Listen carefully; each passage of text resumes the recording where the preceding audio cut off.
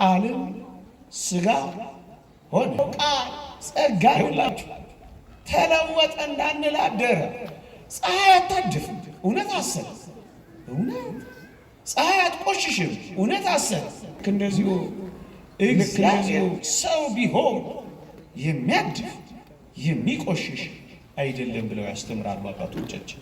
ፀሐይ እንዳላደፈ። በስመ አብ ወወልድ ወመንፈስ ቅዱስ አሃዱ አምላክ አሜን። ክቡራን አበው መነኮሳት፣ ክቡራን አበው ካህናት፣ ሊቃውንተ ቤተ ክርስቲያን፣ መምህራነ ወንጌል፣ የሰንበት ትምህርት ቤት ደቀ መዛሙርት፣ የተወደዳችሁ የእግዚአብሔር ልጆች ክርስቲያኖች በልዑል እግዚአብሔር ስም እንደምን ሰነበታችሁ? እንደምን አላችሁ? አሜን።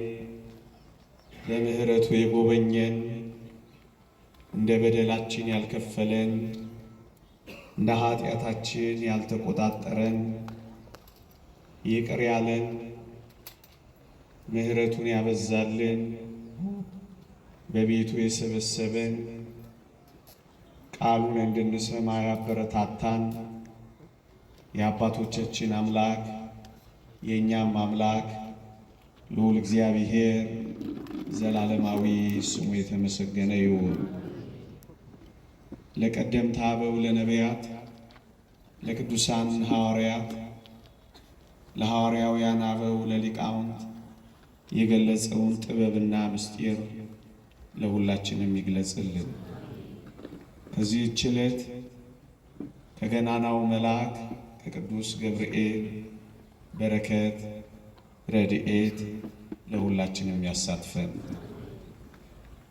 እግዚአብሔርን የመምሰል ምስጢር ያለ ጥርጥር ታላቅ ነው።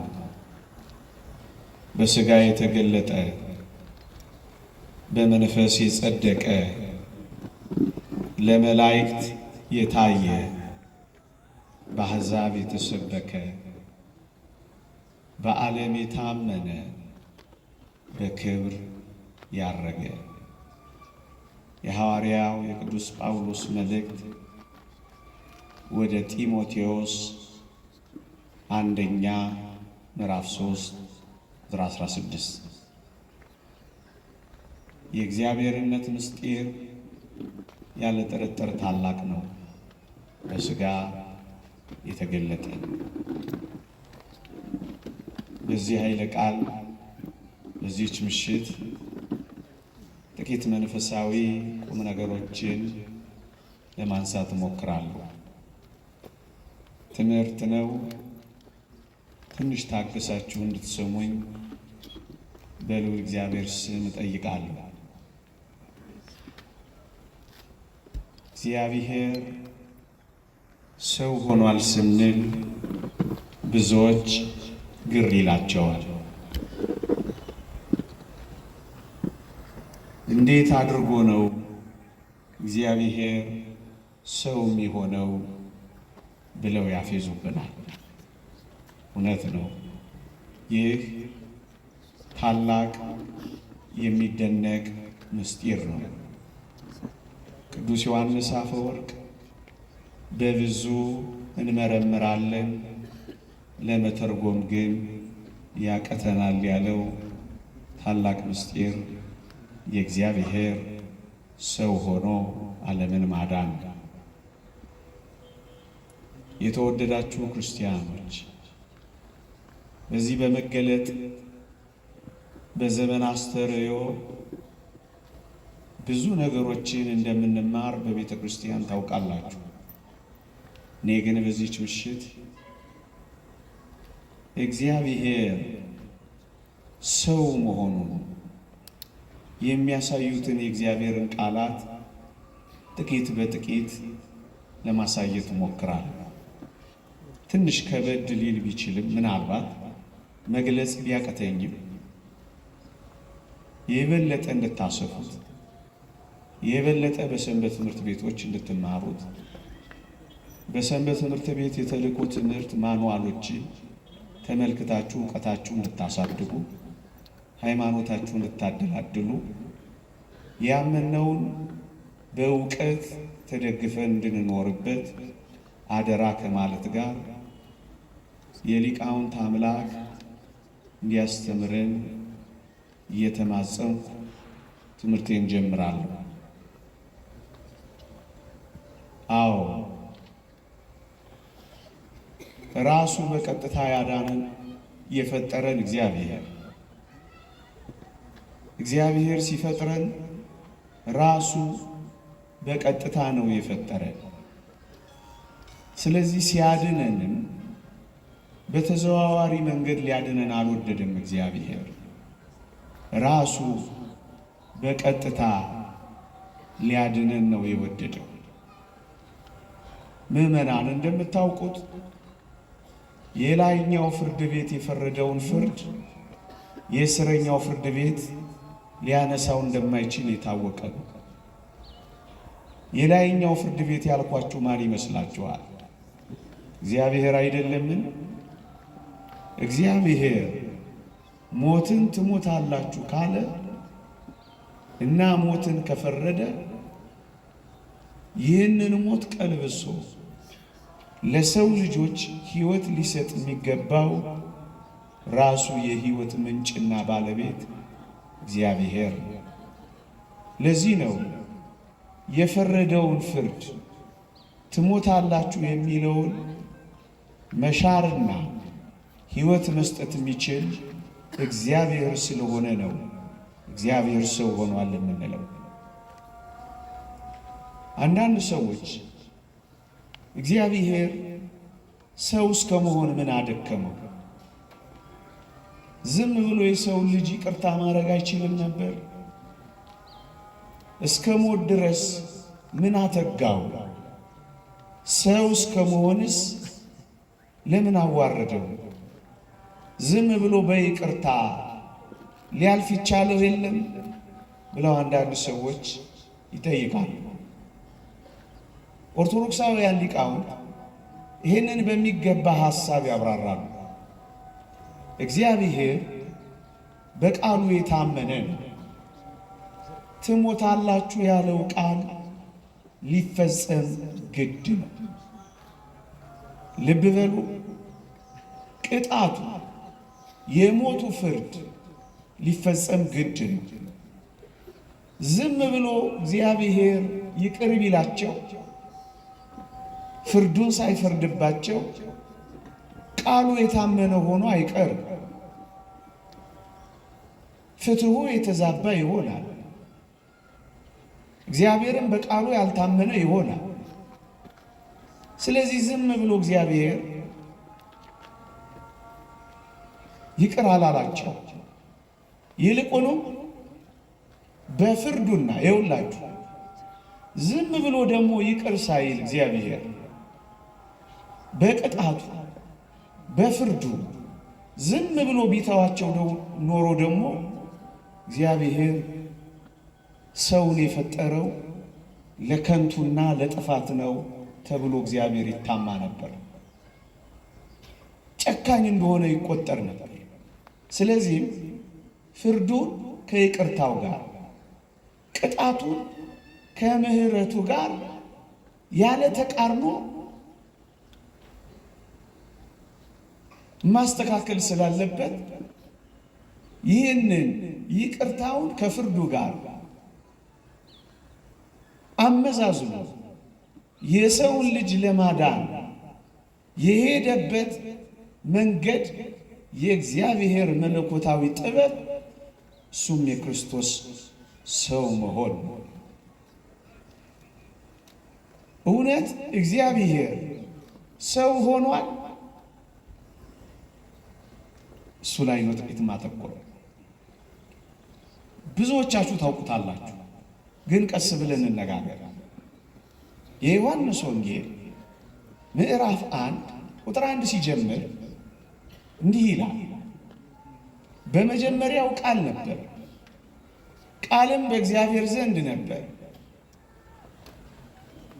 ቃልም እግዚአብሔር ነበር። ሁሉ በእርሱ ሆነ፣ ከሆነው አንዳች ስንኳ ያለ እርሱ አልሆነም ይላል። ልድገመው፣ ትምህርት ስለሆነ ቀስ ስላድርገው። በመጀመሪያው ቃል ነበረ፣ ቃልም በእግዚአብሔር ዘንድ ነበረ፣ ቃልም እግዚአብሔር ነበረ። ሁሉ በእርሱ ሆነ፣ ከሆነው አንዳች እንኳን ያለ እርሱ አልሆነም ይላል። ልብ በሉ። በመጀመሪያው ቃል ነበር፣ ቃልም በእግዚአብሔር ዘንድ ነበር፣ ቃልም እግዚአብሔር ነበር ይላል። እኔ የምፈልገው ወደ ጉዳይ የሚያንደረድረኝ ብዙ ሀተታ መስጠት ቢቻል ለእኔ ለዛሬዋ ምሽት ነጥቤ ግን የማተኩረው ቃልም እግዚአብሔር ነበር ያለውን ነው። ይሄ ቃል ማን ነው? እግዚአብሔር። ይኸው በግልጽ ነው ወንጌሉ ይነገር። ይሄ ቃል ማን ነው? ፈጣሪ ነው። ሁሉ በእርሱ ሆነ፣ ከሆነው ከተፈጠረው አንዳች እንኳን ያለ እርሱ አልተፈጠረም ነው የሚለው። ይሄ ቃል ፈጣሪ የሆነ ቃል፣ ይሄ ቃል እግዚአብሔር የሆነ ቃል። መጽሐፍ ቅዱስ እግዚአብሔር ዓለምን በቃሉ እንደፈጠረ ተገልጿል። የእግዚአብሔር ቃል ዓለምን እንደፈጠረ መጽሐፍ ቅዱስ ይነግረናል። ዓለሞች በእግዚአብሔር ቃል እንደተፈጠሩ እንደተዘጋጁ ይላል። በእግዚአብሔር ቃል ሰማዮች ጸኑ ይላል። ሁሉ በእርሱ ሆነ ይላል። ይሄ ቃል ፈጣሪ የሆነ ቃል፣ ይሄ ቃል የእግዚአብሔር ቃል፣ ይሄ ቃል አካላዊ ቃል፣ እኔ ባይ የሆነ ቃል ነው። ይሄ ቃል ማን ነው? እግዚአብሔር ነው። እችን ያዙና የዮሐንስ ወንጌል ምዕራፍ 1 ቁጥር 14 ላይ ቅዱስ ዮሐንስ ትምህርቱን ይቀጥላል። ምን ይላል? ልብ በሉ። ስለ ቃል ነው እየተናገረ የመጣው። ፈጣሪ ስለሆነው ቃል፣ እግዚአብሔር ስለሆነው ቃል። ቁጥር 14 ላይ ቃልም ሥጋ ሆነ፣ ጸጋንና እውነትን ተመልቶ በእኛ አደረ የሚል ቃል ደግሞ እናገኛለን። እኔ ማብራራት የፈለኩት እግዚአብሔር ሰው ሆኖ የሚል ቃል አለ ወይ? እሱን ነው ማብራራት የፈለኩት። አዎ ቃል እግዚአብሔር ነው ብሎ ሲያበቃ ዝቅ አለና ቁጥር 14 ላይ ያ እግዚአብሔር የሆነው ቃል ሥጋ ሆነ ብሎ ቀጠለልን። እግዚአብሔር ምን ሆነ? ያ ቃል ምን ሆነ? ሥጋ ሆነ ይላል። እንዴ ሥጋ እኮ ነው ሆነ የሚለው።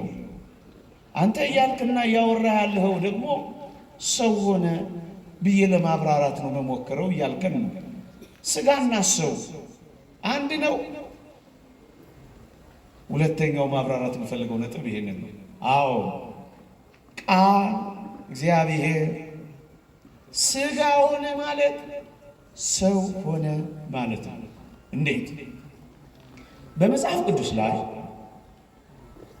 ሥጋ ብሎ ነፍስ፣ ነፍስ ብሎ ሥጋ፣ በአጠቃላይ ሥጋ ሲል ሰው፣ ነፍስ ሲል ሰውን ነው። መጽሐፍ ቅዱስ ላይ እንደዚህ ነው የተቀመጠ። እናብራራ ወይም ይህን ሊያረጋግጡ የሚችሉ የቅዱሳት መጻሕፍት ምስክርነቶችን እናምጣ። 3 ምስክርነቶችን ላሳያችሁ። አንደኛ መዝሙር 64 ከቁጥር 1 ጀምሮ እንዲህ ይላል፣ ሥጋ ሁሉ ጸሎትን ወደምትሰማ ወደ አንተ ይቀርባል ይላል። ደግሞ አለ ሥጋ ሁሉ ጸሎትን ወደምትሰማ ወደ አንተ ይቀርባል ይላል። የተወደዳችሁ ክርስቲያኖች እንደምታውቁት በድን ሥጋ ለጸሎት ወደ እግዚአብሔር እንደማይመጣ የታወቀ ነው። ሥጋ ሁሉ ጸሎትን ወደምትሰማ ወደ አንተ ይቀርባል ሲል ሰው ለጸሎት ወደ አንተ ይመጣል ማለት ነው። ሰው የሚለውን ቃል ሥጋ ብሎ እንደገለጸው ግን ተመልከቱ። ስለዚህ ቃል ሥጋ ሆነ ሲል ሰው ሆነ ማለት ነው። ዳግመኛ መጽሐፍ ቅዱስ ላይ ነፍስ ተብሎ ሲጠራ ሰው ማለት ነው የሚሆነው። ለምሳሌ በሐዋርያት ሥራ ምዕራፍ 7 ቁጥር 14 ላይ ያዕቆብም 75 ነፍስ ሆኖ ወደ ግብፅ ወረደ ይላል። በሞቴ ስሙ ያዕቆብም 75 ነፍስ ይላል። ወደ ግብፅ የወረዱት 75 ሰዎች ናቸው። ሰዎቹን ግን ሲገልጽ ነፍስ ብሎ ነው የገለጸው። ለዚህ ነው በመግቢያዬ ሥጋ ብሎ ሰውን፣ ነፍስ ብሎ ሰውን፣ ሥጋ ብሎ ነፍስን፣ ነፍስን ብሎ ሥጋን ይጠራል ያልኳችሁ። ለዚህ 75 ነፍስ ሆኖ ወረደ ይላል። 75 ሰው ወርዶ ሳለ ስለዚህ ሰው ብሎ የገለጸው ነፍስ በሚል አገላለጽ። ስለዚህ ቃልም ሥጋ ሆነ የሚለው ቃል ያ እግዚአብሔር የሆነው ቃል፣ ፈጣሪ የሆነው ቃል፣ ዓለምን የፈጠረ ቃል ሰው ሆነ ማለት ነው። ሦስተኛ ምስክርነት ኦሪት ዘጸአት ኢትቅትል ነፍስ ይላል። ነፍስን አታጥፋ፣ ነፍስን አትግደል ይላል። ወዳጆቼ ነፍስ እኮ ሟች አይደለች። ነፍስን አታጥፋ ማለት ግን ሰውን አትግደል ማለት ነው።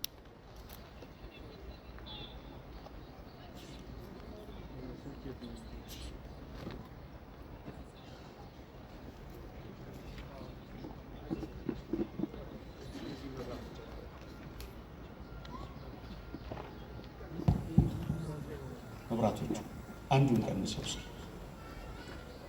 እችን ደግሞ ወደ ኋላ አርጋት፣ ትንሽ ፈቀቅ አርጋት። እየሰማችሁ ነው?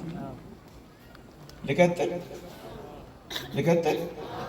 አዎ ባትሉ እቀጥላለሁ። ማን ፈቃጅ አደረጋችሁ? እንዲሁም አለቃችሁ።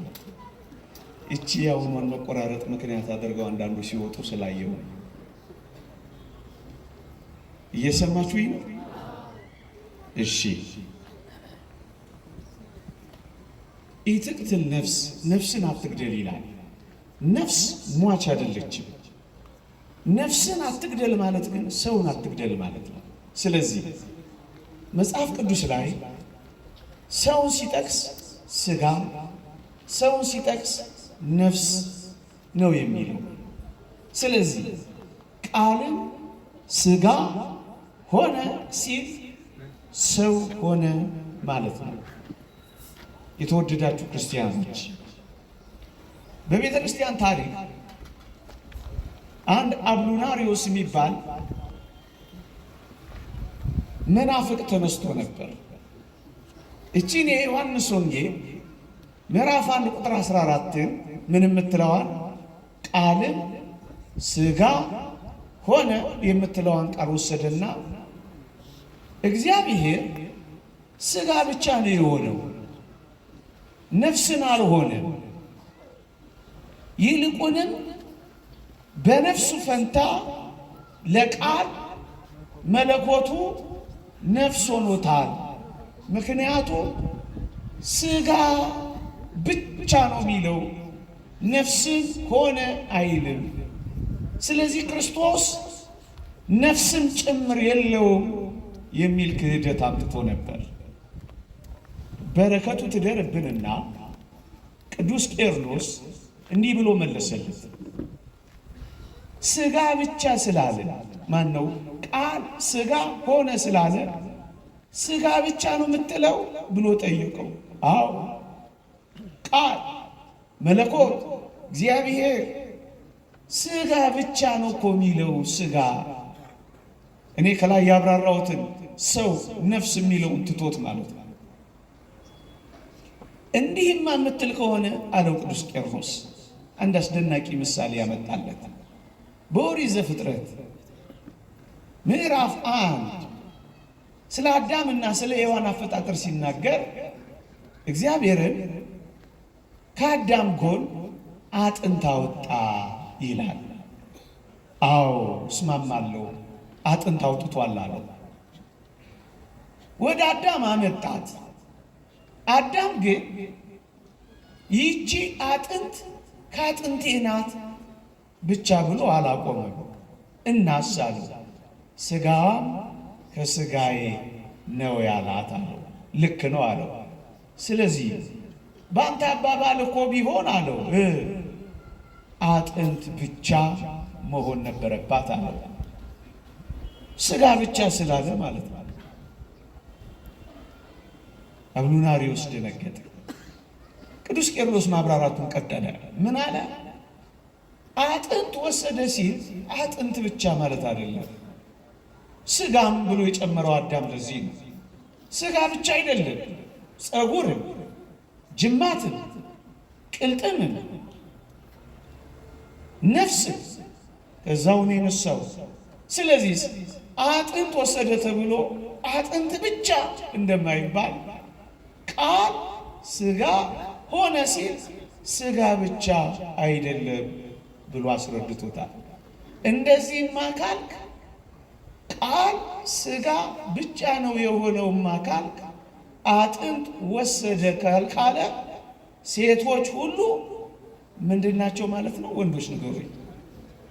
ምን ሳይሰሟችሁ አጥንት ብቻ እናንተን አይደለም። ግልጽ ነው ሐሳቡ፣ ግልጽ ነው። አያችሁ፣ ቃል ሥጋ ሆነ ማለት ነፍስንም ጭምር ሆነ ማለት ነው። ሰው ሆነ ማለት ስለሆነ በነገራችን ላይ ኢየሱስ ክርስቶስ ቃል አካላዊ ቃል ሥጋ ሆነ ሲል ነፍስን አልሆነም ማለት ነው። አቡናሪዎስ የተባለው ሰው እንደተናገረው ክርስቶስ ነፍስ የለውም ማለት ነው። ክርስቶስ ነፍስን አልነሳም ማለት ነው። አልወሰደም ማለት ነው። ስህተት ነው። ቅዱሳት መጻሕፍት ይህንን በሚገባ ገልጸዋል። ገና ተወልዶ በልጅነቱ ከሄሮድስ ፊት ሲሸሽ እንዲመለስ መልአኩ የተናገረው ቃል ለዚህ ምስክር ነው። የሕፃኑን ነፍስ የሚፈልጉ ሞተዋልና ተመለስ ይለዋል። ክርስቶስ ነፍስ አለው የለውም? ይሄው ነፍስ። ሁለተኛ ነፍሴን ልተዋት ደግሞም ላነሳት ስልጣን አለኝ ብሏል አላለም? ክርስቶስ ብሏል። ነፍስ አለው የለውም? አለው። ሶስተኛ አባቴ ሆይ ነፍሴን በእጅህ አደራ እሰጣለሁ ብሏል። ነፍስ አለው የለውም? ስለዚህ ቃል ሥጋ ሆነ የሚለው ነፍስንም ጭምር ሆነ። ከተወደደች ከቅድስት ድንግል ማርያም ሥጋንም ነፍስንም ውሃንም አጥንትንም ሁሉንም ነው የወሰደው። ሰው ሆኗላ። የሰው ልጅ ተብሏላ። ሰው ሆኗላ።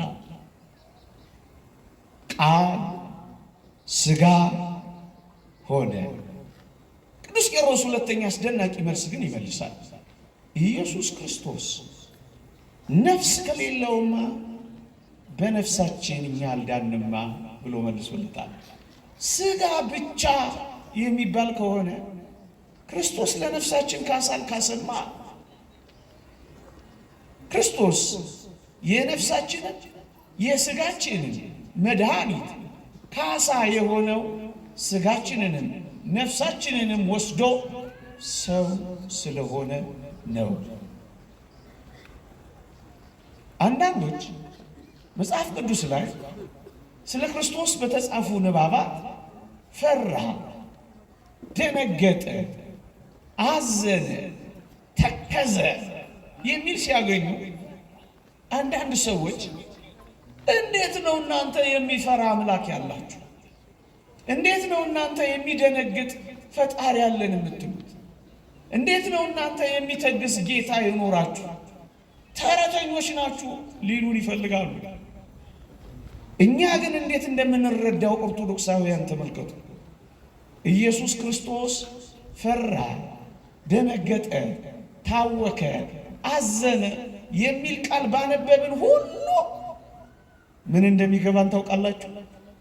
የነፍሳችንን ሕማም እየተቀበለ እንደሆነ ይገባናል። የሥጋ ሕማም መገረፍ፣ የሥጋ ሕማም መራብ፣ የሥጋ ሕማም መቸንከር፣ የሥጋ ሕማም የሾህ አክሊል መድፋት ብቻ አይደለም። ነፍሳችንንም ለመካስ የነፍስንም ሕማም መቀበል ነበረበት ክርስቶስ። የነፍስ ሕማሟ ምንድን ነው? መደንገጥ ነዋ። የነፍስ ሕማሟ ምንድን ነው? መተከዝ ነዋ። የነፍስ ሕማሟ ምንድን ነው? ማዘን ነዋ። ስለዚህ ክርስቶስ ለነፍሳችንም ካሳ ሊክስ የሚችለው የምትፈራ፣ የምትደነግጥ፣ የምትታወቅ፣ የምታዘን ነፍስን ገንዘብ እንዳደረገ በቅዱሳት መጻሕፍት ስላረጋገጥን። ሁለተኛው ፈራ የሚል ቃል ኦርቶዶክሳውያን ሊቃውንት ሲያነቡ ፍርሃታችን እንደተወገደ ይነግሩናል። ደነገጠ የሚል ቃል ሲያዩ ድንጋጤያችንን እንዳባረረ ይገልጹልናል። አዘነ የሚል ቃል ሲያዩ ሐዘናችንን አባረረ ይሉናል። ካሳ እየካሰ ነዋ፣ ለነፍስም ለሥጋም።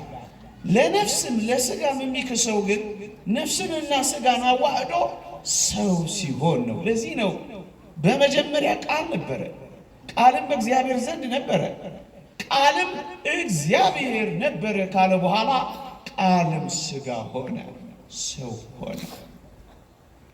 ሰው ሆነ። የሰው ልጅ የሚሉት ቃላት ሰው ካልሆነ ሊጠቀሱ ይችላሉ? አይችሉም። ይሄን ያዙና ሌላ አንድ ሐሳብ ግን እዚህ ጋር ልናነሳ እንችላለን። ምን የሚል ሥጋ ሆነ እኮ ነው የሚለው። አዎ ሥጋ ሆነ ነው የሚለው። የምን ሥጋ ይሁን የምን ሥጋ በምን እናውቃለን?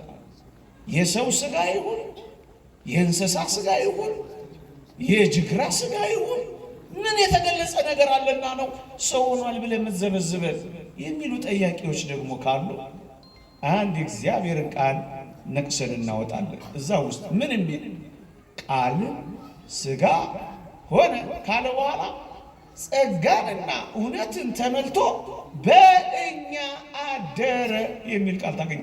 እኛ ሰብአዊ ባህሪን መዋሃዱን በእኛ ሰው መሆኑ በእኛ የሰው ሥጋ መሆኑን በእኛ ብሎ ነው የሚገልጸው። ሰብአዊ ባህሪን መዋሃዱ የሰውን ሥጋ ገንዘብ ማድረጉን ነው የሚገልጸው። የተወደዳችሁ ክርስቲያኖች ይህን የበለጠ እናጉላው ካል ከዳዊት ዘር በሥጋ መጣ ይላል። ከዳዊት ዘር በሥጋ የሚመጣው ሰው የሆነው ነው። ወመጻም ዘራ ዳዊት በሥጋ ስም ከዳዊት ዘር በሥጋ ተወለደ። ይህን ነው የሚገልጸው። ሁለተኛ የአብርሃምን ዘር ይዟል እንጂ የመላእክትን ዘር አይደለም ይላል ቅዱስ ጳውሎስ። ሰው ሆኗላ። በእኛ የእንስሳ ሥጋ አይደለም፣ የሌላ ሥጋ አይደለም፣ የሰው ሥጋ በእኛ። አንዳንዶች ሥጋ በጣም የረከሰ በመሆኑ ኢየሱስ ክርስቶስ የሰውን ሥጋ ሊዋሃድ አይችልም ብለው ያስቡና በእነሱ አረዳድ ነገሩን የስህተት ትምህርታቸው ቀስ ብለው ለማለፍ ሲፈልጉ ሰው መሰለ እንጂ ሰው አልሆነም የሚል መላምት ደግሞ ያስደግፉበታል። መጽሐፍ ቅዱስ ግን ይሄን ይሽራል። እንዴት አድርጎ? የዳዊት ልጅ የአብርሃም ልጅ የኢየሱስ ክርስቶስ ትውልድ መጽሐፍ ብሎ የዘር ሐረጉን ይዘረዝራል። የዘር ሐረጉን ለምን የሚዘረዝር ይመስላችኋል? ክርስቶስ በእርግጥም ሰው መሆኑን ሊያረጋግጥልን ነው። መሰለ የሚለውን ሊያጠፋልን። ሌላ ነጥብ እናንሳ። አሁንም ጥያቄያቸው አይቋረጥም። ምን የሚል ጥያቄ?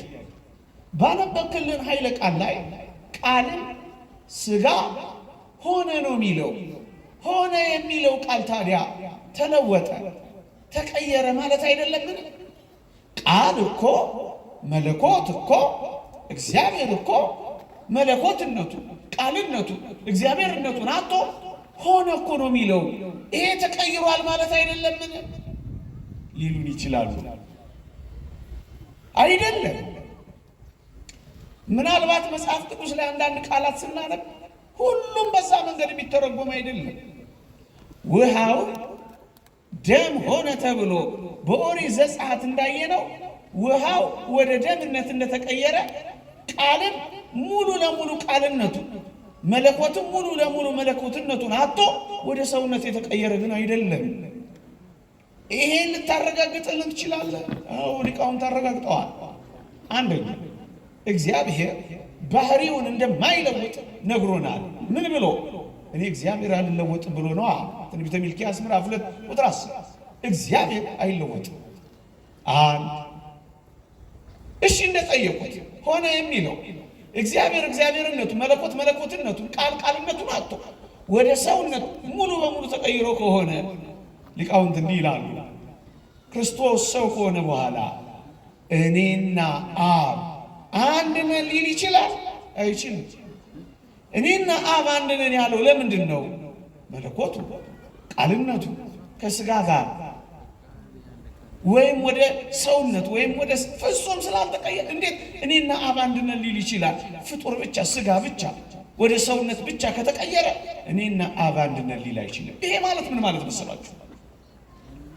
መለኮት ከስጋ ጋር ፍጹም አላጠፋው፣ ስጋ ደግሞ ቃል መለኮት ፍጹም አላጠፋው፣ መለኮት ደግሞ ስጋ ፍጹም አልመጠጠው አላጠፋው። በኋላ ጊዜ ካለኝ አብራራዋለሁ። ሰውነትን እስከ መጨረሻው አይተነዋል። ሲቆስል በሱ ቁስል እኛ ተፈወስን። እስከ መጨረሻው ሲበላ ሲጠጣ አይተነዋል። እስከ መጨረሻው የሰው ልጅ ሲባል አይተነዋል። አልጠፋም ሰውነት። መለኮትም ቃልም እስከ መጨረሻው ደግሞ አልጠፋም። በምን ማረጋገጥ ትችላላችሁ? መስቀል ላይ ተሰቅሎ የዓመቱ አለቃው ምን እንዳለ አልሰማችሁ? በእውነት ይህ የእግዚአብሔር ልጅ ነበር እኮ ነው ያለው። መለኮት ከቃል ጋር መለኮት ከስጋ ጋር ቃል ከስጋ ጋር ፍጹም ተዋህዶ ካላዳነን በቀር በእርሱ ቁስል እንዴት ተፈወስን ልል እንችላለን? የፍጡር ቁስል ብቻ የሚፈውስ ይመስላችኋል? ይዘገንናል እንጂ። አያችሁ፣ እስከ መጨረሻው ሳይለያዩ ጊዜያዊ አይደለም፣ እስከ መጨረሻው። ስለዚህ ሆነ የሚለው ቃል ተለወጠ ማለት አይደለም። እንደውም ሊቃውንት አንድ አስደናቂ ነገር ያብራራሉ። ዝቅ ብሎ መጽሐፍ ቅዱስን ከላይ አንብበነው ብቻ አንቶ ከስርም ብቻ ተመልክተን አንጥለው ሙሉን አንብበን እንረዳዋለን እንጂ እንዴት ቃልም ሥጋ ሆነ ጸጋንና እውነትን ተመልቶ በእኛ አደረ የምትለው ቃል ይኸውላችሁ ተለወጠ እንዳንል አደረ። እንደ ካቶሊካውያን አስተምህሮ ደግሞ አደረ እንዳንል ሆነ። እንደ አለቃና እንደ ጠበቃ ተዋህዶን የሚገልጹ ቃላት ናቸው ይላሉ ሊቃውንት። ቤተ ክርስቲያን የአብ ልጅ ቃል በማርያም ልጅ ውስጥ አደረ አትልም። በኋላ አብራራዋለሁ ጊዜ ካለኝ። ጊዜ አለኝ መድረስ ይመስለኛል። ሆነ የሚለውን ቃል ይዛ ደግሞ ተለወጠ አትልም፣ ተቀየረ አትልም። ሁለተኛው ሀሳባችን ሆነና አደረ። እንደ አለቃና እንደ ጠበቃ አንዱ አንዱን የሚደግፍ ነው። ተለወጠ እንዳንል አደረ እንዳንል ሆነ። ይሄ ምንን ያስገነዝባል? ተገናዝቦ ኮሚኒኬሽን ኦፍ አትሪቢዩትስ መገናዘብ። የቃል ገንዘብ ለሥጋ የሥጋ ገንዘብ ለቃል ይላሉ። እንቲያሁ ለቃል ኮነ ለሥጋ ወእንቲያሁ ለሥጋ ኮነ ለቃል ይላሉ። መለኮት መለኮትነቱን ሳይለቅ የሥጋን ገንዘብ ገንዘብ አደረገ። ሥጋ ሥጋነቱን ሳይለቅ የመለኮትን ገንዘብ ገንዘብ አደረገ። ሌላ ሶስተኛ ጥያቄ አንዳንድ ሰዎች ሊያነሱ ይችላል። ምንም እናንተ ኦርቶዶክሳውያን እግዚአብሔር ሰው ሆኗል ብላችሁ ስትናገሩ አታፍሩ? እግዚአብሔርን እኮ አውርዶ ሰው ማድረግ እኮ የእግዚአብሔርን ባህሪ እኮ ዝቅ ማድረግ ነው። እንዴት ነው እግዚአብሔርን በባህሪው ሰው አድርጋችሁ ዝቅ የምታደርጉት? ይሄ እኮ እግዚአብሔርን እንደ ማጉደፉ ይቆጠራል ብለው የሚያስቡ ሰዎች እንዳሉ እናውቃለን። ሐሳባቸውን ነው እኔ እያነሳው ጥቂት ጠቆም እያደረኩ ማለት ነው። ሊቃውንት በዚህም ላይ አስደናቂ ምስክርነት ሰጥተዋል ወገኖቼ። ምሳሌ ያነሳሉ። እስኪ ፀሐይን ተመልከቷት ይላል።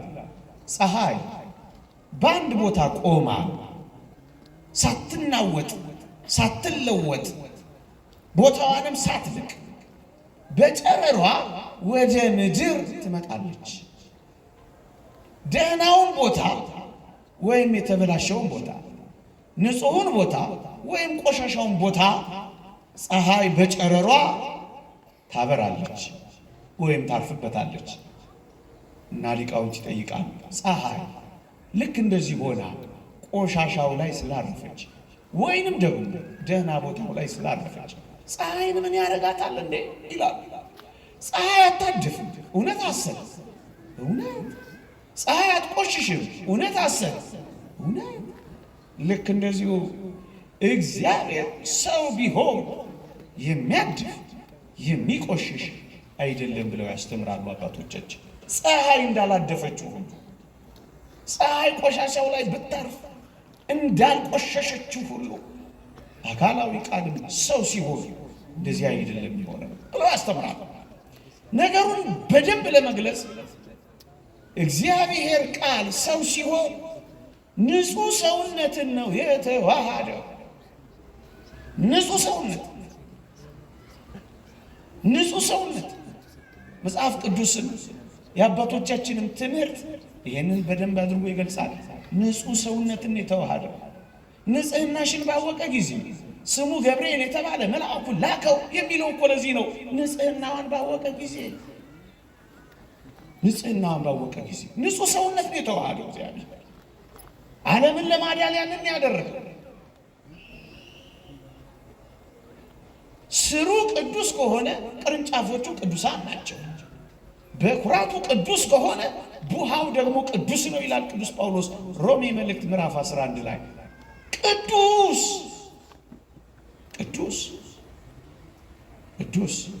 በጣም ምርጥ ዝርዝር ትምህርት አላቸው አባቶቻችን በዚህ ዙሪያ።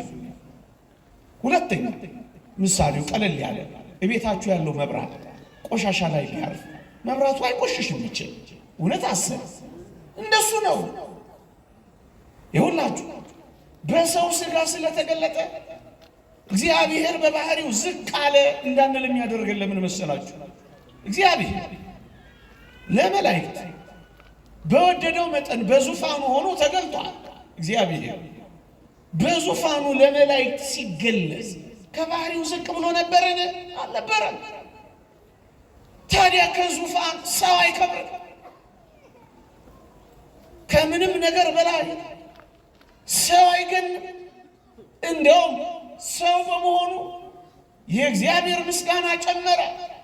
ስብሐት ለእግዚአብሔር በሰማያት ወሰላም በምድር ስምረቱ ለሰብ። ሰውና መላእክት በጥልቀት ለማመስገን ቻለ። እንደውም የበለጠ የተከበረ ሆነ። እግዚአብሔር ለሙሴ በዕፀ ጳጦስ ላይ ነበልባል ከሐመልማል ሐመልማል ከነበልባል ተዋህዶ ሲያይ ይህ እግዚአብሔር አንዱ መገለጥ ነበረ። እግዚአብሔር በሲና ሐመልማል ለሙሴ ቢገለጥለት ጊዜ የእግዚአብሔር ባህሪው ዝቅ አለ ያለ ማን ነው? የለም።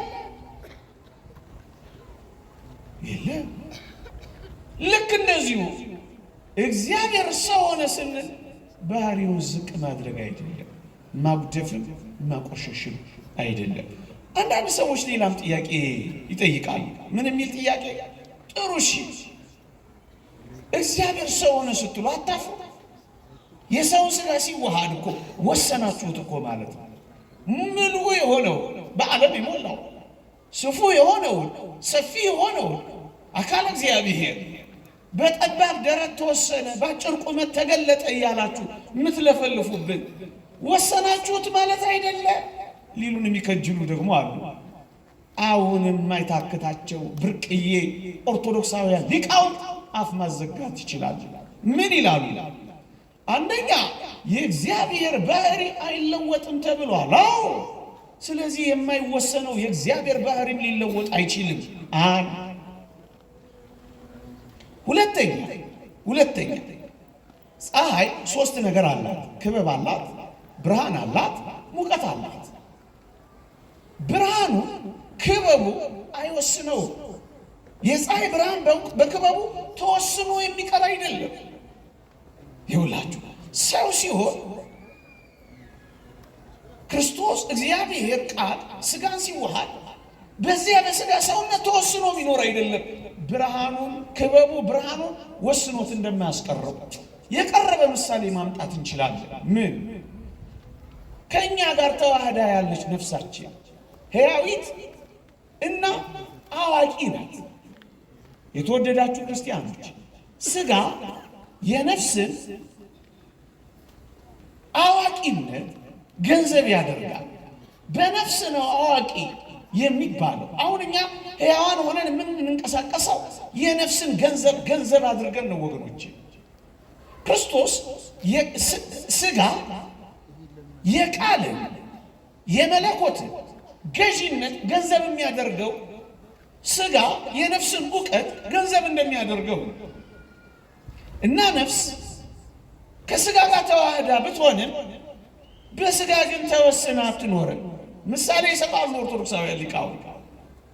ጊያዝ የተባለ የኤልሳ ደቀ መዝሙር ንዕማን ብርና ወርቅ እንዲሰጠው ፈልጎ ሰረገላውን ተከትሎ ብዙ ርቀት ሄደ። ጊያዝ ነቢዩ ኤልሳ ምን አሉ መሰላችሁ? ሲመለስ የት ሄደህ ነበር አሉ። ኧረ ጌታዬ የትም አልሄድኩም እዚሁ ነበርኩ አለው። ነቢዩ ኤልሳ ምን አሉ መሰላችሁ? ባለ ሰረገላውን ስታስቆመው ንዕማንን ማለት ነው፣ በነቢዩ ተፈውሱ ሄደው ብርና ወርቅ ስትቀበለው ልቤ ካንተ ጋር ሄደ አይደለምን አለው።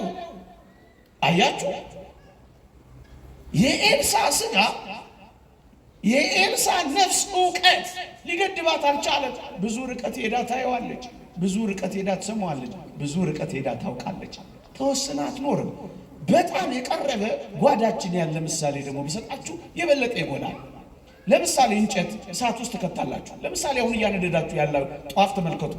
እሳቱ በጧፉ ቅርጽ ነው ወይስ ከጧፉ ያልፋል? ከጧፉ ያልፋል። ምን ማለት ነው? በጧፉ ቅርጽ እሳቱ አይወሰንም። በእንጨቱ ቅርጽ እሳቱ አይወሰንም። በከሰሉ ቅርጽ እሳቱ አይወሰንም። ልክ እንደዚሁ እግዚአብሔር ሰው ሲሆን አካላዊ ቃል ስጋን ሲዋሃድ ተወስኖ የሚቀር አይደለም። እግዚአብሔር በዙፋኑ ለመላእክት ሲገለጥ ተወስኗል ሊሉን ነበር እንዴ? አላሉንም። ታዲያ በስጋ ሲገለጥ በከበረው ሰውነት ሲመጣ እንዴት ሊወሰን ይችላል? ወገኖች በጣም ምርጥ ምሳሌ ልራረብኩባችሁ። በጣም ጥሩ ምሳሌ ልስጣችሁ። በዚህ በከባቢው አየር አሁን በምናየው ከባቢው አየር ሞገድ አለ፣ ዌቭ አለ። ይሄን ሞገድ በአይናችን አናየው፣ በጆሮአችንም አንሰማው። ግን አንድ ነገር ይሆናል። ይሄ ሞገድ በቴሌቪዥን ለመታየት በሬዲዮ ለመሰማት ይበቃል። የተወደዳችሁ ክርስቲያኖች በቴሌቪዥን ያን ሞገድ የሆነ ምስል ሰጥቶን ስላየን የሆነ ድምፅ አቅርቦልን ስለሰማን ያ በከባቢው አየር የለም ይባላል? አይባልም። ቀድሞውንም ሞገዱን በአይናችን ስላላየን በጆሮአችን ስላልሰማን የለም አላለው። በቴሌቪዥንም ስላየነው በከባቢው አየር ጠፍቷል አንልም። ልክ እንደዚሁ ነው።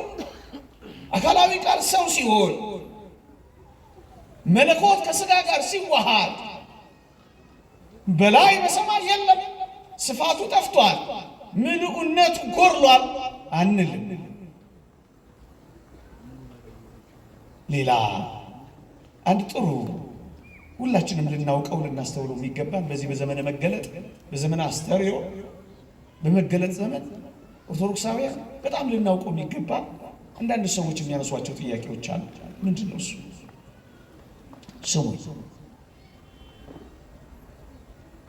ኢየሱስ ክርስቶስ እነሱ የሚሉትን ነው አንዳንዶቹ።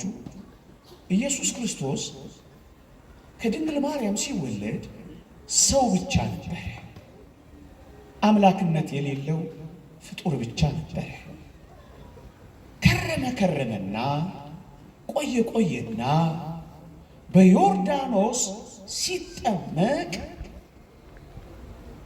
መለኮት ወይም የእግዚአብሔር ቃል አደረበት። ያን ጊዜ ነው ክርስቶስ ሰው ለመባል እግዚአብሔር ለመባል የበቃው።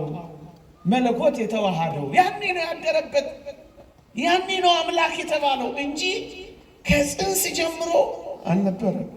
ሲወለድም ኢየሱስ ሰው ነው፣ ክርስቶስ ሰማያዊ ነው። ሲጠመቅ አደረበት። መከራ ሲቀበል ተለየው። የመናፍቃን ሐሳብ ነው። ኩሪንቶስ የሚባል ሰው ያነሳው ሐሳብ ነው። እነዚህን ግን ኦርቶዶክሳውያን ሊቃውንት በዋዛ አላለፏቸው በሞቴ። እኛ የተወደደ መድኃኒታችን ኢየሱስ ክርስቶስ በዮርዳኖስ ሲጠመቅ አምላክ ለመሆን የበቃ አይደለም። ወይንም ደግሞ ኖሮ ቆይቶ መከራን በመቀበሉ እንደ ሰማዕታትና እንደ በረኞች ገድለኞች በተጋድሎ ብዛት አምላክ ለመሆን የበቃ አይደለም። እና እንዴት ሲጠመቅ የእግዚአብሔር ቃል አድሮበት፣ እንደሱ እንደሚሉት ሲጠመቅ ክርስቶስ አድሮበት አምላክ ለመሆን የበቃ አይደለም። እና እንዴት እናብራራ። እኔ ከትንቢት ጀምሬ በሞቴ ላሰማችሁ። መጽሐፍ ቅዱስ እንዲህ ነው የሚለው። ትንቢተ ኢሳይያስ ምዕራፍ 9 ቁጥር 6 እንዲህ ይላል፣ ሕፃን ተወልዶልናል፣ ወንድ ልጅም ወልድም ነው የሚለው ተሰጥቶናል፣ አለቅነትን በጫንቃው ላይ ይሆናል፣ ስሙ ድንቅ መካር፣ የዘላለም አባት ተብሎ ይጠራል። ኃያል አምላክ፣ የዘላለም አባት ተብሎ ይጠራል። ማን? ሕፃኑ ምን ይባላል? ኃያል አምላክ። ወገኖቼ ከርሞ ቆይቶ ጥምቀት ሲደርስ የምወደው ልጄ ይህ ነው ሲባል አምላክ የሆነ አይደለም። እናስ ሕፃኑ እንዴ ሕፃኑ ጽንሱስ ብላችሁ አትጠይቁኝም? በሞቴ ኦርቶዶክሳውያን አይደላችሁ?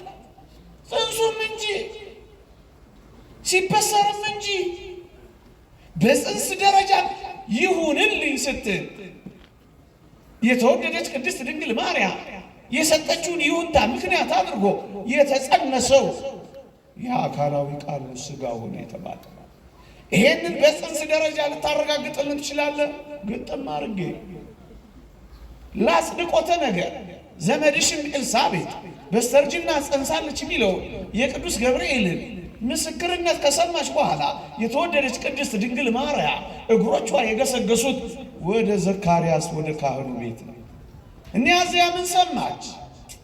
መንፈስ ቅዱስ ያደረባት ቅድስት ኤልሳቤጥ ጮኸች። ምን አለች? የጌታዬ እናት። ዝም ብለን የምናልፈው ይመስላችኋል? ይህን ቃል አይደለም። ምንድን ነው የሚያሳየን? የጸነሰችውን የጌታዬ እናት ብላ እንደጠራቸው ታያችሁ። ጌታ የባህሪ ጌታ ነው። ጌታ ጌታዬ የእግር መረገጫ እስካደርግ ድረስ በቀኝ ተቀመጥ። ጌታ ወልድ ጌታ የክብርን ጌታ ባልሰቀሉትም ነበር። የባህሪ ጌታ የጌታዬ እናት እማ አምላክ ወላዲተ አምላክ።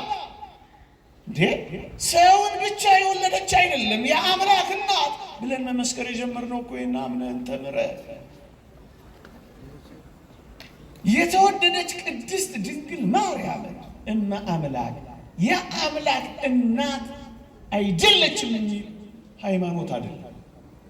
እሺ በጽንስስ አሳየህ። ሌላ ልታብራራልን ልጨምርልን የምትችለው ነገር አለ? አዎ ቅዱስ ገብርኤል ሲያበስራት ማን እንደሚወለድ ነገራት። ምን ብሎ? የልዑል ልጅ ይባላል። የሚወለደው የማን ልጅ? የልዑል ልጅ። ልዑል ማን ነው? እግዚአብሔር። የእግዚአብሔር ልጅ ማን ነው? የተወለደው ሕፃን ነው። የምትታቀፈው ሕፃን ነው። የእግዚአብሔር የልዑል ልጅ ተባለ እንጂ ታዲያ እሱ እግዚአብሔር ተው እንጂ። ሰው በባህሪ የሚወልደው ሰውን ነው። እንስሳ በባህሪ የሚወልደው እንስሳውን ነው። አባቴ ሰው ስለሆነ እኔም ሰው ነው የሚወልደኝ። እግዚአብሔር ሊወልደው የሚችለው ማን? እግዚአብሔር ነው እንጂ ከአምላክ የተወለደ አምላክ ብላችሁ የምንጸልየው እኮ ይሄንን ነው ወገኖቼ። እግዚአብሔር ለዚህ እኮ ነው አይሁድ የተበሳጩት። አይሁድ በደንብ ገብቷቸዋል። አንዳንዶች ነው ያልገባቸው። የእግዚአብሔር ልጅ ነኝ ሲላቸው ምን እንደገባቸው ታውቃላችሁ? ዘዮሐንስ ወንጌል ምዕራፍ 5 ላይ እንደተጻፈው ራስህን ከእግዚአብሔር ጋር አስተካክለህ እግዚአብሔር አባቴ ነው ስላልክ ነው የምንጣላህ አሉት። ማስተካከሉ እኮ ነው። ልጅ የሚለው እኮ እሱን ነው የሚያመለክተው ወዳጅ። የልዑል ልጅ የሚባለው እስኪ ልጠይቃችሁ፣ ሰብአ ሰገል በዚያች በቤተልሔም ለማን ነው የሰገዱት? ሰግደዋል? አልሰገዱም? ሰግደዋል። ለማን ነው የሰገዱት? ለሕፃኑ አይደል? ለሕፃኑ የሰገዱት ምን ቢሆን ነው? አምላክ። አለበለዚያማ ለፍጡር እኮ የአምልኮ ስግደት ሰገዱ ነው የሚለው እኮ። እንደሱማ እንዴት ይሆናል? የሰገዱት ፍጡር ኢየሱስ እነሱ እንደሚሉት ስጋ ብቻ የማርያም ልጅ ብቻ መለኮት ቃልነት መለኮትነት የሌለው ፍጡር ብቻ ቢሆን እንዴት ይሰግዱለታል እንዴ? የነገርከን እኮ በጽንስ ከዛም በልደት በ2 ዓመቱ ከዚያም ደግሞ እንደዚህ አድርገን የነገርከን። ጥምቀትስ አካባቢ ልታሳየን ትችላለህ? አዎ ቅዱስ ዮሐንስ መጥምቅ ሲያጠምቀው ምን እንዳላልሰማቸው የጫማውን ጠፍር ፈታ ዘንድ የማይገባኝ ከእኔ የሚበረታ ከእኔ ቀድሞ የነበረ አሁን እነዚህ ሁሉ ቃላት ብሎ የሚያሳዩት አሁን የሚመጣው ሊጠመቅ ወደ እኔ የሚመጣው ከእኔ ቀድሞ የነበረ ፊተኛው ነው የሚመጣው። ደግሞስ ነው አበገው ዘእግዚአብሔር ዘያትት ወያሴስል ኃጢአት አለ። የዓለምን ኃጢአት የሚያስተሰርይ የእግዚአብሔር በግ የዓለምን ኃጢአት ይቅር ሊያስተሰርይ የሚችል አምላክ ካልሆነ በቀር ማን? ስርየተ ኃጢአት ሊሰጥ የሚችል ከሱ በቀር ማን? ተወደዳችሁ ክርስቲያን፣ ለዚህ ነው እኛ ከርሞ ቆይቶ አምላክ ለመሆን በጥምቀት ጊዜ አምላክ ለመሆን አንዳንዶች መስቀል ላይ ሲደርስ መከራ ሲቀበል ሰው ብቻ ነው የሆነው። አምላክነቱ ተለይቶታል፣ መለኮቱ ርቆታል። ብቻውን የተሰቀለው የማርያም ልጅ ሊሉን ይከጅላሉ። ወዳጆቼ ይሄ ቢሆን ኖሮ በእርሱ ቁስል ተፈወስን የሚለው ቃል ሊሆን ይችል ነበር። ሰው እንዴት ይድናል? ፍጡርን ስላላዳነው አይደል እንዴ አምላክ ሰው መሆን ያስፈለገው? ሁለተኛ ቅድም የጠቀስኩላችሁ ክርስቶስ ተሰቅሎ ያየው 100 አለቃ ምን እንዳላልሰማችሁ? በእውነት ይህ የእግዚአብሔር ልጅ ነበር እኮ ነው ያለው። የእግዚአብሔር ልጅ እግዚአብሔር ነው እኮ ያለው። ሶስተኛ ፍጡር ብቻ መለኮት ያልተዋሃደው ስጋ ብቻ ወይም እነሱ እንደሚሉት እግዚአብሔር ልባቸውን ይመልስላቸው እንጂ ኢየሱስ ክርስቶስ ፊቱን በቀሬናው ሰው በስምዖን ላይ ለጠፈና ክርስቶስ አመለጠ። እነሱ የሚጠቀሙበት ቃል አለ፣ እሱን አልገልጸውም። እንደዚህ ፊልም ለመስራት ነው እንዴ ክርስቶስ የመጣው? አይደለም። እናስ የተወደዳችሁ ክርስቲያኖች መጽሐፍ ቅዱስ በግልጽ እነዛን ሁሉ ታምራት ነገረን። ፀሐይ ለምን ጨለመች? ሰው ብቻ ስለተሰራ ፍጡር ብቻ። ጨረቃ ለምን ደም ለበሰች? ከዋክብት ለምን ረገፉ? ከመቃብር ከ500 የሚበዙ ከ1000 የሚያንሱ ሙታን ለምን ተነሱ? የእግዚአብሔር ልጅ በእውነት ስለተሰቀለ ሕማምንና መከራን ገንዘብ ስላደረገ ለዛ ነው። ደግሞስ ቅዱስ ጳውሎስ ይሄን ሊል ይችል ነበር። ምን አንድ አስደናቂ ቃል ይናገራል ቅዱስ ጳውሎስ፣ በረከቱ ትደርብንና ከዚህች ዓለም ገዦች አንዱ እንኳን ይህን ጥበብ አላወቀው፣ አውቀውትስ ቢሆን የክብርን ጌታ ባልሰቀሉትም ነበር ይላል። የክብር ጌታ የተሰቀለው የክብር ጌታ ጌዳን ነው። እሱ ጋር ፍጡር ብቻ ቢሆን እንዴት ልንል እንችላለን? ወዳጆች አንዳንዶች ክርስቶስ በተቀበለው መከራ ከትንሣኤ በኋላ አምላክነትን ያገኘ ነው ቅድም እንዳልኳችሁ ብለው ሊሉ እንዳይሞክሩ ዮርዳኖስንና ደብረ ታቦርን ኦርቶዶክሳውያን ሊቃውንት ያነሳሉ። በተጋድሎ የእግዚአብሔር ልጅ ለመሆን በቃ እንዳትሉ ዮርዳኖስን እናሳያችኋለን። ልጄ ነው፣ በሞቴ ልጄ ነው። ምን የሚለው የሚጠመቀው አብ በደመና በድምፅ ያሰማል የምወደው ልጄ ነው። የቱ የሚጠመቀው? የቱ በዓይን የሚታየው? የቱ በእጅ የሚዳሰሰው? ሰማችሁ?